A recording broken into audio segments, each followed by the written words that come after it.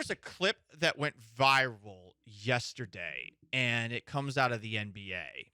I don't know how many people are familiar with the work of Sports Illustrated's Chris Mannix, but he was on the Rich Eisen Show yesterday and had this to say about complaints over Denver Nuggets getting almost no coverage up to now. And even with them winning the Western Conference Finals, there's more chatter about, like, what's next for LeBron? RJ loves drama in Los Angeles almost weekly. You've got the Suns. Can they succeed in this first year with Kevin Durant? The Warriors, all their dysfunction this year. The Clippers, can they get it together? The Nuggets' problem is they're not respected. They're just not talked about. People just don't find them as interesting as some of the teams on the bottom half of the bracket.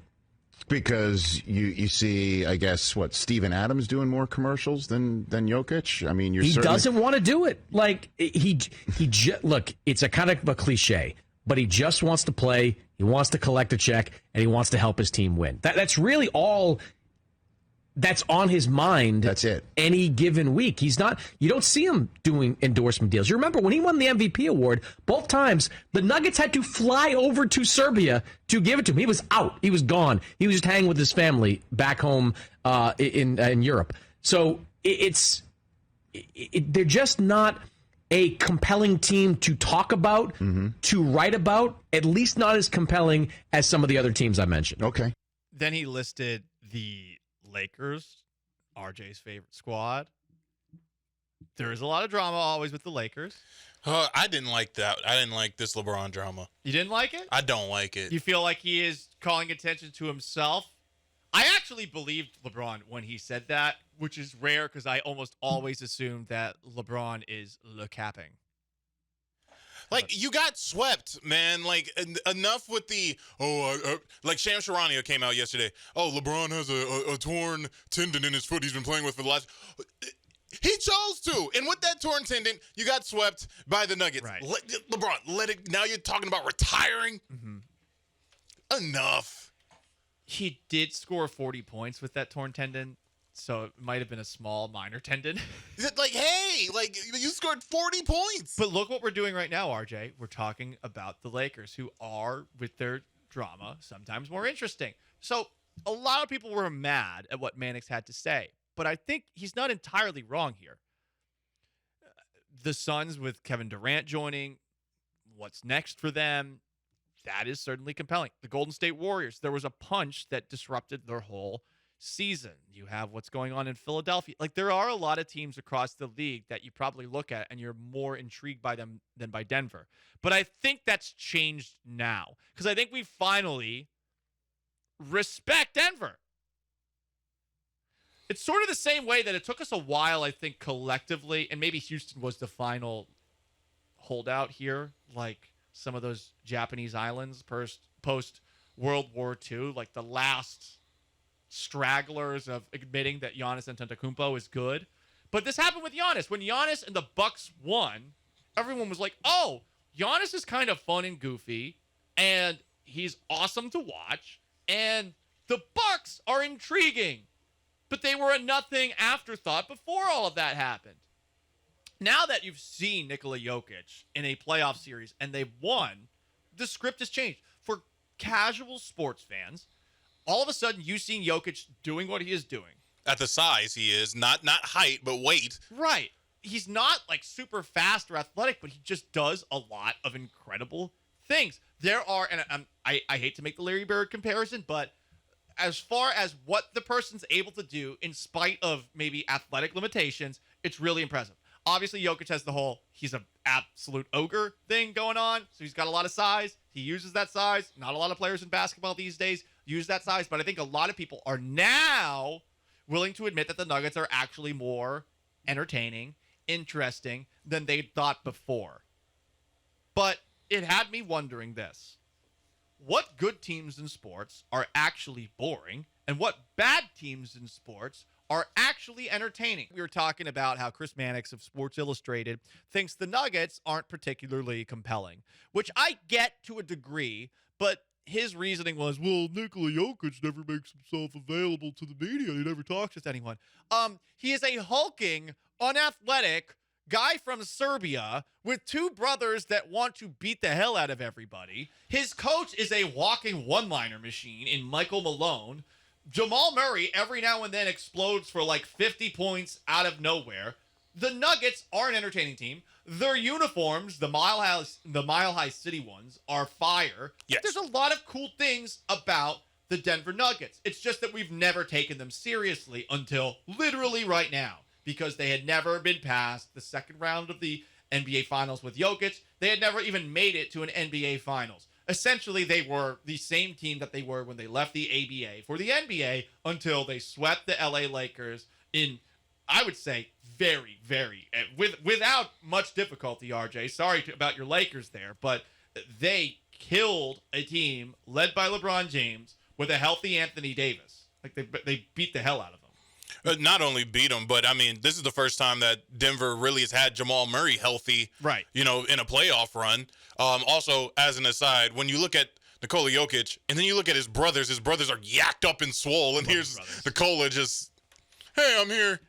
If the NBA were to bring trial by combat back or physicality back, and we have Adam Silver talking about physicality, we'll get to that a little bit later.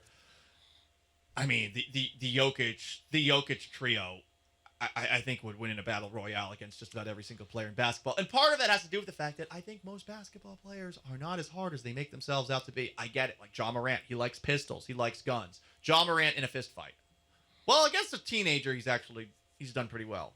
Got like 13 punches in on that one teenager, allegedly. But I would say that the guys who have played specifically in the Balkans, I would not want to F with any of them. Patrick Beverley, I wouldn't want to mess with because he's from the south side of Chicago. I would not want to mess with Goran Dragic. I would not want to mess with Luka Doncic. I would not want to mess with Nikola Jokic. I don't want to mess, RJ, I don't want to Because of who they're surrounded by. You come from that part of the world, you are probably tough. The only reason, okay, here's one guy, James Johnson. The only reason why I don't want to mess with him is because everyone knows he's like a 4th degree black belt. So much so, Tyler Hansbrough, because James Johnson kind of with a late hit on Tyler. Tyler gets one of those mean faces, like it's gonna like turn around and be like, "What the?" And he looked and he saw it was James, and I think it clicked like 3rd degree black belt. Hey, I'll go to the line and shoot by 2. Smart. Listen, Tyler Hansbrough does carry himself, and he might be actually hard, but carries himself with the energy of my dad will take care of this. He just does. Absolutely. It's not his fault. He looks like the bad guy in a high school rom-com. Like, yes. He just looks like that guy. But anyway, people said the Nuggets were uninteresting. Who are the most uninteresting, successful teams in professional sports? We got a comment on the text line. The Tim Duncan Spurs. Yes. I would argue, too, until the cheating scandal, the New England Patriots were boring. They were. Like, it was a great defense, but nothing flashy. But then they cheated, and then they became hateable. You could maybe make that argument with the Houston Astros before the cheating scandal, too. Like, the Astros were just a damn good ball club. Were they super interesting? And I think this is a big problem for baseball as a whole. Like, you need to have some bad guys. Like, there aren't, in baseball, that many, like, truly compelling squads. The Yankees, because of name brand. The Dodgers, it's because of name brand. The Padres, because of all the money that they've spent. The Mets, because they always blow it. Like, those teams, I guess, are compelling. The Mets are playing like ass, by the way, to open up the year. But the question I had for you, what good teams in sports are actually boring? I got a couple. One, the Buffalo Bills. Yeah. Josh Allen's a great quarterback. Stephon Diggs is a great wide receiver. But they get so much hype. And I mean, they're not Patrick Mahomes when Mahomes had Tyreek Hill. They're not Patrick Mahomes now. They're not. Chiefs win. Bills get a lot of coverage because I think everyone is like, oh, they're so cute, the Buffalo Bills. Bills Mafia, they're fans. And I mean, I imagine there's a lot of people here that are still harboring resentment from 30 years ago with Frank Reich. And I don't blame you for that. I get kind of annoyed with the amount of worshiping that the Buffalo Bills get. They're a good team. They're obviously better than the Texans. They're better than my Patriots right now. But they also are discussed as if they are super interesting. I don't think they are. I don't. I think the Bengals are more interesting. I think the Chiefs are more interesting. And I mean, that's the top 3 teams in the AFC on an annual basis. And I would also say, like, okay, let's take a look at some other teams across the AFC. Are the Jets more interesting than the Buffalo Bills now that Aaron Rodgers is aboard? I hate to admit it, but yes, they are. Dolphins, not so much because Tua. Sorry. Also in the AFC, Baltimore Ravens. Odell Beckham Jr. does make them somewhat interesting, even if Odell Beckham Jr. is essentially a washed-up pop star at this point in time. Play the hits. Well, your best song was from 2016. Steelers, not going to go that far. Browns are interesting, but they're not good. AFC South as a whole, boring. Jaguars included. AFC West, Broncos and Russell Wilson, they're not good, so you can't put them in this conversation. The Chargers, they're interesting because they always find ways to blow it. That's fun.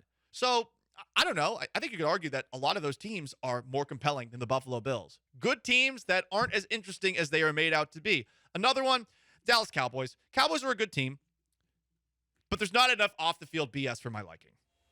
There's not enough. Like, they're actually, like, a well-behaved team now. Especially now, operative word. Now, yeah. Like, there's no more weird Des Bryant stories. There's no more Ezekiel Elliott stories. The part of the Cowboy charm that was made them, I think, so detestable for some. I'm not going to lie. When I was growing up, I kind of liked the Cowboys. The team that they had in the 90s with Jimmy Johnson and Michael Irvin and obviously like Captain America's and Troy Aikman and Emmitt Smith, Deion Sanders, like that team was bleeping cool. You couldn't argue against that. They were cool. Now, like they're talked about a lot, but they're not as interesting as they used to be. NBA, every single year, the Knicks, they're not interesting. Oh, but they're good. Jalen Brunson. Yes, Jalen Brunson. Stop. And that's it. Yep. Julius Randle. I mean, he's kind of interesting because it seems like he's a bit of a bleep head. But hey, we got a lot of those in the NBA. Baseball, I would say pretty much all successful teams, but I would say on a year-to-year basis, the Cardinals are never actually interesting, and yet they are discussed as if they are an interesting franchise. Cubs are probably in that same conversation too.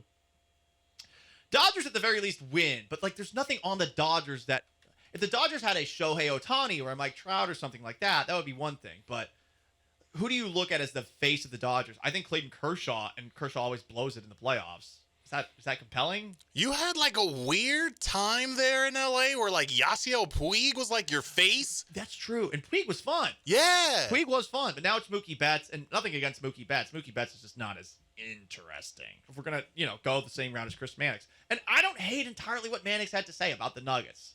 How about this? What bad teams in sports are actually entertaining? Texans aren't. Not anymore. They got rid of all the entertaining stuff. The drama, there's no more O'Brien. There's no more Easterby. There's no more Deshaun Watson. The Rockets, no, they're not. They're not. The Mavericks, bad team. They are bad. They didn't make the playoffs. They are bad, but they brought in Kyrie Irving. Fun. Very fun. We talked about it going into this segment. The Oakland A's, bad team, but interesting bad team. And in the NFL, the Commanders, the Browns. I think the Broncos. A little bit. I don't know if they're going to be bad this year, but they were bad last year. The Cardinals, my God. Cardinals have been fun. DeAndre Hopkins, he's saying that he wants to stay in Arizona, but he would be okay being traded to these teams, and this is what he's looking for at his next destination. Here are the quarterbacks I'd want to play with. You have Kyler Murray's video game clause in his contract. I mean, how crazy is that? That's a fun one. I like it. The Raiders are interesting, too, because right now it's pretty messy. Like, Devontae Adams had that feature piece, made a lot of valid points. Now he felt the need to defend himself yesterday. Josh McDaniels was like, yep, that's okay. They brought in Jimmy Garoppolo. They thought they were going to get Aaron Rodgers. They didn't. They don't have enough money, so Tom Brady's buying the team because they're broke. It feels like every single guy that they drafted in the first round over the last couple of years has perhaps received a jail sentence of late. Henry Ruggs, there's another guy, too, that recently was charged with something that was a first-round pick, too. I forget that guy's name, and that's the thing with the Raiders. Like, sometimes you lose track.